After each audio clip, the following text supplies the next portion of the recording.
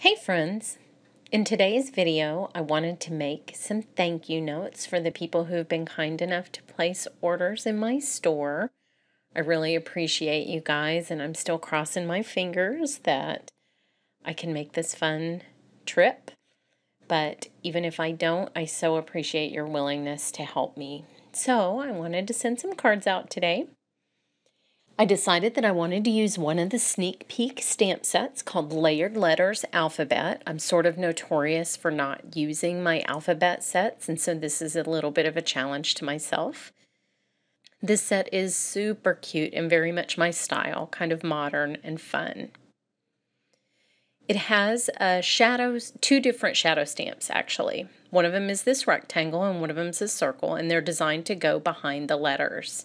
So what I thought I would do is I would come up with sort of a pale rainbow, and I'm starting that with the new Watermelon Wonder ink, and I'm actually stamping off once onto the grid paper in my MISTI before I stamp onto the card so I can get just a paler second impression.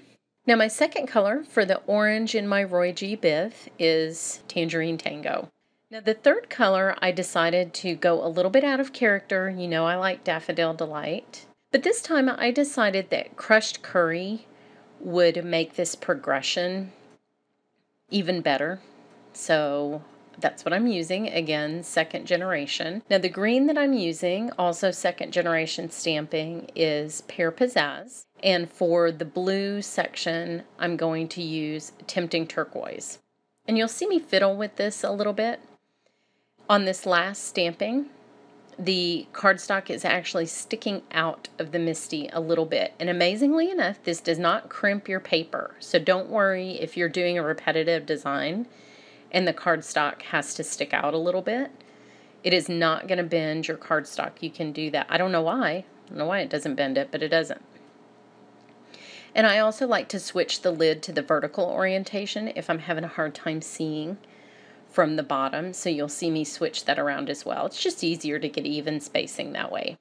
Now the next thing I'm going to do is line up the letters for each of these little shadow stamps. And this is the first time I've used this set, and I do want to say, when you put your photopolymer stamps face down onto your cardstock, you might want to condition them with ink the first time, because if you press really hard when you go to pick them up after they're all lined up, you can tear the surface of your cardstock if they're brand new stamps that haven't been used. So you might just want to ink them up once. I didn't have any disasters today, but that is an important tip. So there I have my thank, and it's all lined up on the shadow stamps, and so you can probably see how quickly this is going to go for all these cards that I made, just because the MISTI lets me put it in the same place every time. You're also probably wondering why I'm just stamping thank when I could have stamped thanks, but I do have a plan, I promise. If you wanted to add a violet, you definitely could. All you'd have to do is scooch that first one over a little bit more. They all fit on a card. Now you can see right here that my N didn't get perfect inking. No problem. That's what I have this thing for. And I'm using VersaFine ink. It's a nice crisp black. So I can just overstamp the thank, and it is perfection, high contrast, just what I want. And now you can probably see why I wanted some paler colors instead of first generation colors on this card. So I'll finish these, and they just go lightning fast now that everything's in the correct place. And this is so much faster than just individually doing it on clear blocks, or trying to, even if they were all on one block, trying to line them up in exactly the same place every time. One of the things that's great about being able to do this with the MISTI is you can multitask. So if you're watching Doctor Who with the Scary Robot Men, you don't even really have to pay attention to what you're doing with the stamping, because it'll always be right. Now you'll see on some of them I have to stamp twice, and some of them I don't. Some of them are perfect the first time. It's just, you know, how the ink wants to act at that particular moment. But if you do get a little void, it's nice to be able to overstamp them. I like how big and bold these letters are too. I actually think this might be an alphabet that I use just because it's so easy and the shadow stamps really make it fun. I like bigger, bolder greetings, and I'm glad that we're starting to see that. I just am a big fan of doing fun background techniques and then having bigger sentiments. So now you'll see the method to my madness and why I only have thank. I'm going to take the Endless Birthday Wishes set, which is so cute. It has these cute scripty fonts in it. And I'm going to use the word you and figure out where I want this. At first I thought I wanted it up by that K, but the Y is a little too loopy for me to have room there.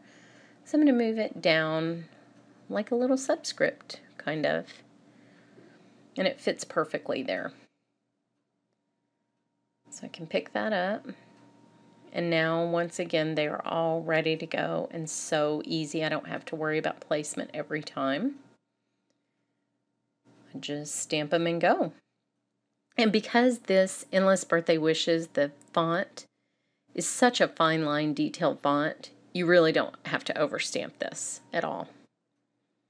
I would just tell you with fine line stamps, actually with any stamps that you're using with the MISTI, just remember you only need very light pressure. The MISTI actually keeps you from pressing down too hard and blurring your images. And with a font like this, you definitely want to preserve that cute, crisp curve of those lines. So have a light touch. Always have a light touch with stamping. That's better.